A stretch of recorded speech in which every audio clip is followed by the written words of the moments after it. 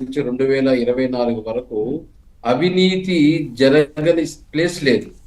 ఏది చూసినా అవినీతి. ఇసుకలో అవినీతే, మట్టిలో అవినీతే, మద్యంలో అవినీతే, మైన్స్ లో అవినీతే, అదే విధంగా భూముల్లో అవినీతే, దేవాదాయ భూముల్లో అవినీతే, చివరికి చెల్లెల ఆస్తులు కూడా దోచుకున్నాడు.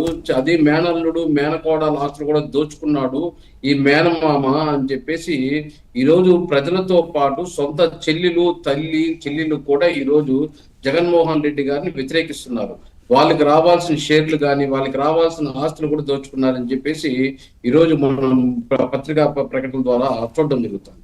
సార్ వీళ్ళు ఎక్కడ చూసినా ఒక ఆకాశాన్ని ఏమైనా వదిలేస్తారేమో కానీ భూమిలో ఎక్కడ చూసినా ఏ ఏ ఏ దీంట్లో కానీ లబ్ధి లేకుండా ఏ పని కార్యక్రమం చేయలేదు.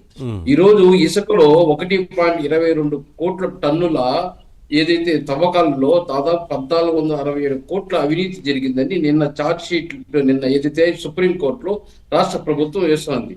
ఏదైతే ఉపగ్రహాల ద్వారా దాదాపు ఫోటోలు చూసి 2.69 కోట్ల టన్నులు ఏదైతే 4000 కోట్ల అవినీతి జరిగిందని ఇంకా ఉందని చెప్పేసి నిన్న ఏదైతే గురువారం సుప్రీంకోర్టులో అఫిడవిట్ కూడా దాఖలు చేయడం ప్రభుత్వం. ఎందుకురా అంటే ఈరోజు వైఎస్ఆర్సీపీ ప్రభుత్వం ప్రతి విషయంలో అవినీతి జరిగిందని రాష్ట్ర ప్రజలకు అందరికీ తెలుసు. ఈరోజు ఏదో సంక్షేమ కార్యక్రమాలు మేమే ఇచ్చేస్తాము, ఆ సంక్షేమం చేసేస్తే చాలు రాష్ట్ర ప్రజలు మాకు ఓటేస్తారని చెప్పి ఎక్కడ అభివృద్ధి లేదు. సంక్షేమం కూడా ఎవరైతే వాళ్ళకు అనుకూలంగా ఉండాలో వాళ్ళకి సంక్షేమం ఇచ్చుకునేసి అభివృద్ధి కార్యక్రమాలు చేయకుండా ఈరోజు అవినీతిని పీకల లోతుల్లో చేసేసి ఈరోజు డిప్రెషన్ లో ఏది పడితే అది మాట్లాడుతున్నారు. ఆ రోజు ప్రతిపక్షాలు విమర్శిస్తే అన్పార్లమెంటరీ వర్డ్స్ వాడడము, అదేవిధంగా ప్రతిపక్షాలు విమర్శిస్తే వాళ్ళని జైల్లో పెట్టడము, ఏమి జరుగుతా ఉందో రాష్ట్ర ప్రజలకు తెలియజేసే పరిస్థితి చేస్తుంటే ప్రతిపక్షాలు వాళ్ళు ఏ విధంగా కక్షపూరితంగా ప్రతిపక్ష నాయకుడు చంద్రబాబు నాయుడు గారు కూడా జైల్లో ఏ విధంగా పెట్టడం జరిగిందో, కక్షపూరిత కార్యక్రమాలు ఏ విధంగా చేశారో చూశాను. మళ్ళీ ఈ రోజు వీళ్ళు నీతులు మాట్లాడుతున్నారు. ఏదో మేము అవినీతి చేయలేదు, మా పైన ఏదో బురద జలే కార్యక్రమం జరుగుతోంది అంటే ఈరోజు స్వయాన ఏదైతే A5 గంటల విజయసాయి రెడ్డి గారే బయట వచ్చి చెప్పారు ఏ విధంగా అవినీతి జరిగింది అని చెప్పేసి. ఆయన ఏదైతే సిటీ విచారణ బయట రావడమే ఈరోజు 100 కోట్లు నేను ఆదాని దగ్గర డీ కార్డ్ ద్వారా నేను అప్పు తీయించాను 12% ఇంట్రెస్ట్ తో, దాంట్లో ఎవరెవరు ఉన్నారు, ఎంత లబ్ధి పొందారు, ఏ విధంగా డిస్టిలరీని నేను ఇచ్చిన డబ్బులతో కొనడం జరిగిందో, ఆ డిస్టిలరీ ద్వారా ఏదైతే మద్యాన్ని తయారు చేసి రాష్ట్ర ప్రభుత్వం ద్వారా ఈ రోజు మద్యం షాపులకి పంపించడము, అదే విధంగా ఎక్కడ కానీ ఆన్లైన్ ట్రాన్సాక్షన్ కానీ బ్యాంక్ ట్రాన్సాక్షన్ లేకుండా క్యాష్ ట్రాన్సాక్షన్ తోనే దాదాపు కొన్ని వేల కోట్ల అవినీతి జరిగింది. దాంట్లో వాసుదేవరెడ్డి ఉన్నాడు, ఎంపీ మిథున్ రెడ్డి ఉన్నారు, సజ్జల శ్రీధర్ ఉన్నాడు, కసిరెడ్డి ఉన్నాడు, ఓఎస్డి కృష్ణారెడ్డి ఉన్నాడు అని దాదాపు వీళ్ళ పేర్లంతా ఆ రోజే ప్రకటించడం జరిగింది. ఏదైతే A5 విచారించడం జరిగిందో ఆ రోజే చెప్పడం జరిగింది. మళ్ళీ ఈ రోజు కొత్తగా పెద్దిరెడ్డి రామచంద్రారెడ్డి గారికి, చంద్రబాబు నాయుడు గారికి ఏదైతే ఎస్వి యూనివర్సిటీ ఆయన చెప్పేది ఎవరు నమ్ముతారండి? అది ఎలా ఉంది? వింత పోకడలాగా ఉంది. ఏంటి అసలు అర్థం ఉంది ఆయన చెప్పింది? రామచంద్రారెడ్డికి దీన్ని ఏదైతే చంద్రబాబు నాయుడు గారికి అంటకట్టే ప్రయత్నం చేస్తున్నారే కానీ విజయసాయి రెడ్డి గారు చెప్పిన పేర్లంతా మరి విజయసాయి రెడ్డి ఎందుకు చెప్పలేదు? విజయసాయి రెడ్డి మాకేం సంబంధం లేదు అని ఎందుకు చెప్పలేదు? ఆ రోజు ఎందుకు అందరికి సంబంధం ఉందని చెప్పాడు? దీంట్లో ఎవరు A1 నుంచి దాదాపు 50 మంది దీంట్లో ఇన్వాల్వ్మెంట్ ఉండాలి. దాదాపు 200 మందిని విచారించారు. ఛార్జ్ షీట్ లో కూడా 300 పేజీలు వేశారు. మళ్ళీ అడిషనల్ ఛార్జ్ షీట్ కూడా ఇవ్వబోతున్నారు. అంటే ఇవన్నీ అవాస్తవాలా? ఓన్లీ చంద్రబాబు నాయుడు గారికి పెద్దిరెడ్డి రామచంద్రారెడ్డి పైన కక్షపూరితంగా ఏదో ఆ రోజు యూత్ లో ఉండేటప్పుడు గెలాటాలు చేసుకునింది, దాన్ని ఈ రోజు కక్షపూరితంగా ఆయన మిథున్ రెడ్డిని జైల్లో పెట్టారు. కక్షపూరితంగా వ్యవహరించాలంటే ఇప్పుడు కొత్తగా ముఖ్యమంత్రి కాలేదు కదా చంద్రబాబు గారు, గతంలో 3 సార్లు ముఖ్యమంత్రి అయ్యారు. అప్పుడు ఎప్పుడు తీర్చుకొని కక్ష ఇప్పుడే తీర్చుకుంటారా? ప్రతిపక్షంలో ఉన్నాడు. ఆ రోజు కాంగ్రెస్ పార్టీలోనే పెద్దిరెడ్డి రామచంద్రారెడ్డిని వ్యతిరేకించిన వాళ్ళు ఉన్నారు. అదే జిల్లాలో పెద్దిరెడ్డి రామచంద్ర మనుషులను తనుకున్న వాళ్ళు ఉన్నారు. ఆ రోజంతా కక్షపూరితంగా చంద్రబాబు నాయుడు చేసుకొని ఉండొచ్చు కదా. చెప్పండి సంపత్ రాజు గారు ఏదో చెప్తారంటే ఏంటి చెప్పండి. అది ఏంటంటే ఈ రోజు మార్నింగ్ ఒక వీడియో రిలీజ్ చేశారండి. ఏదైతే చంద్రబాబు నాయుడు గారి టైంలో ఉన్నటువంటి సుబ్బారావు అనే వ్యక్తి ఆయన బెంగళూరులో ఇక్రిసాట్ లో దానిలో పనిచేసి రిటైర్డ్ అయ్యాడు. ఆయన వీడియో రిలీజ్ చేశాడు. చంద్రబాబు నాయుడు గారు ఫైనల్ ఇయర్ లో ఉన్నప్పుడు ఫస్ట్ ఇయర్ లో జాయిన్ అయ్యాడంట పెద్దిరెడ్డి రామచంద్రారెడ్డి అదే కాలేజీలో.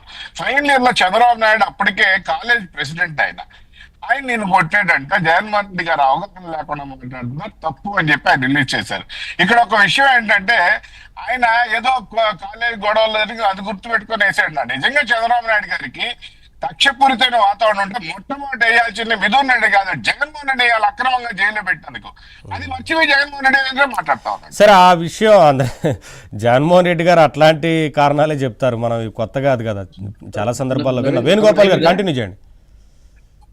ఈరోజు ఏదైతే చంద్రబాబు నాయుడు గారు కక్షపూరితంగా చేసుంటే ఈరోజు వైఎస్ఆర్సీపీ పార్టీ అనేది పుట్టుకే ఉండదు. కానీ చంద్రబాబు నాయుడు రాజకీయాలు చేయాలి కానీ కక్షపూరితమైన రాజకీయాలు చేయకూడదు అనేసి ఆయన ఆ రోజు వైఎస్ఆర్సీపీ పెరిగి పెద్దదవుతా ఉన్నా కూడా ఆ రోజు చూస్తా ఉన్నాడు. ఈ రోజు లాగా కానీ ప్రవర్తించుంటే ఏదో ఒక విధంగా ఉంటది. ఈ రోజు మళ్ళీ ఏం చేస్తున్నారు, అధికారంలో ఉండేటప్పుడు ఏ విధంగా ప్రవర్తించారో ప్రతిపక్షంలో 11 సీట్లు ఇచ్చిన 151 సీట్లు వచ్చిన ఇదే వైఎస్ఆర్సీపీకి 11 సీట్లు ఇచ్చిన అదే పోకడతో ముందుకు పోతున్నారు. నల్లపరెడ్డి ఏం మాట్లాడుతున్నాడని ఆ మహిళల్ని ఏదైతే ఈరోజు నెల్లూరు జిల్లాకు కానీ చుట్టుపక్కల ప్రాంతాలకు కానీ పెద్ద కుటుంబంగా ఉండే వాళ్ళ మహిళల్ని ఆ విధంగా కించపరిచి మాట్లాడుతుంటే జగన్మోహన్ రెడ్డి గారు స్పీచ్ ఏమిస్తున్నారు, మనం రాజకీయంగా మాట్లాడుకోవాలి, మీరు మమ్మల్ని విమర్శించుకోవాలి, మేము మిమ్మల్ని విమర్శించుకోవాలి, కానీ ఇళ్లపైకి పోయి దాడి చేయకూడదు అంట. అంటే అదే మహిళలు కానీ వేరే వాళ్ళ ఇంట్లో మాత్రం మాట్లాడితే అప్పుడు వచ్చి దాడి చేస్తారు, వేరే వాళ్ళ ఇంట్లో మాత్రం మాట్లాడితే వాళ్ళు మాత్రం పోయి దాడి చేయకూడదు. అంటే మనం కూర్చొని చర్చలు, మీరు మమ్మల్ని విమర్శించుకోవచ్చు, మేము మిమ్మల్ని విమర్శించుకో రాజకీయంగా. అసలు వారింట్లో వారిపైన అనుచితంగా మాట్లాడినా వారింట్లో వాళ్ళ పైన పోస్టులు పెట్టించిందే వారి పార్టీ మెంబర్స్. ఇప్పుడు చెప్తున్నాం అయినా కాదండి, అప్పుడు కూడా కూటమి ప్రభుత్వం సీరియస్ గా తీసుకొని ఎవరైతే షర్మిలా గారి మీద పోస్టులు పెట్టిన వారు ఉన్నారో అలాగే ఇతర మహిళల మీద అసభ్యకరంగా పోస్టులు పెట్టిన వారు ఉన్నారో వారిని అరెస్ట్ చేస్తే కూటమి ప్రభుత్వం సీరియస్గా తీసుకొని ఆ అరెస్టుని సమర్థించాల్సింది పోయి అరెస్టుని ఖండించారు జగన్మోహన్ రెడ్డి గారు, పైగా వారిని కూడా పరామర్శించారు. అదే ఈరోజు ఎవరైతే గంజాయి అమ్ముతా ఉన్నారు, ఎవరైతే డ్రగ్స్ అమ్ముతా ఉన్నారు, ఎవరైతే మహిళలపైన అత్యాచారం చేస్తున్నారు, ఎవరైతే ఈ మైన్స్ పైన దోచుకున్న వాళ్ళు, లిక్కర్ పైన దోచుకున్న వాళ్ళు, వీళ్ళంతా సపోర్ట్ చేస్తూ మాట్లాడుతా అంటే రాష్ట్ర ప్రజలు అసహించుకుంటున్నారు. ఏంది ఈ జగన్మోహన్ రెడ్డి గారి ప్రవర్తన? అధికారం ఉండి 151 సీట్లు ఇస్తే ఆ విధంగా ప్రవర్తించాడు. ఈరోజు 11 సీట్లు వస్తే ఆ ప్రతిపక్ష పాత్ర కూడా కాపాడుకోలేకుండా ఈ విధంగా దిగజారి ఏదైతే అన్యాయం చేస్తున్నారో, ఎవరైతే అక్రమాలు చేస్తున్నారో వాళ్ళకి సపోర్ట్ గా మాట్లాడడం ఏంది, లా అండ్ ఆర్డర్ ప్రాబ్లం తెచ్చే వాళ్ళకి సపోర్ట్ చేయడం ఏంది అని చెప్పి ఆశ్చర్యపోతున్నారు. అసలుకి సొంత చెల్లి విమర్శిస్తుంది, తల్లి విమర్శిస్తుంది, రాష్ట్ర ప్రజలు విమర్శిస్తున్నారు. ఇంకా ఈ పార్టీ విలువ లేదో, దీని ఎథిక్స్ ఏందో జగన్మోహన్ రెడ్డి గారికి ఆయన్ని పట్టుకొని ఏలాడుతున్న పార్టీ నాయకులకు కూడా తెలియాలని చెప్పి మీ ద్వారా తెలియజేస్తున్నారు. చూద్దాం, ఇప్పటికే అందరూ అర్థం చేసుకున్నారు. సుబ్బారావు గారు, అంటే ఈ అరెస్టు జరిగితే ఒకవేళ అదుపులోకి తీసుకొని విచారిస్తే తదుపరి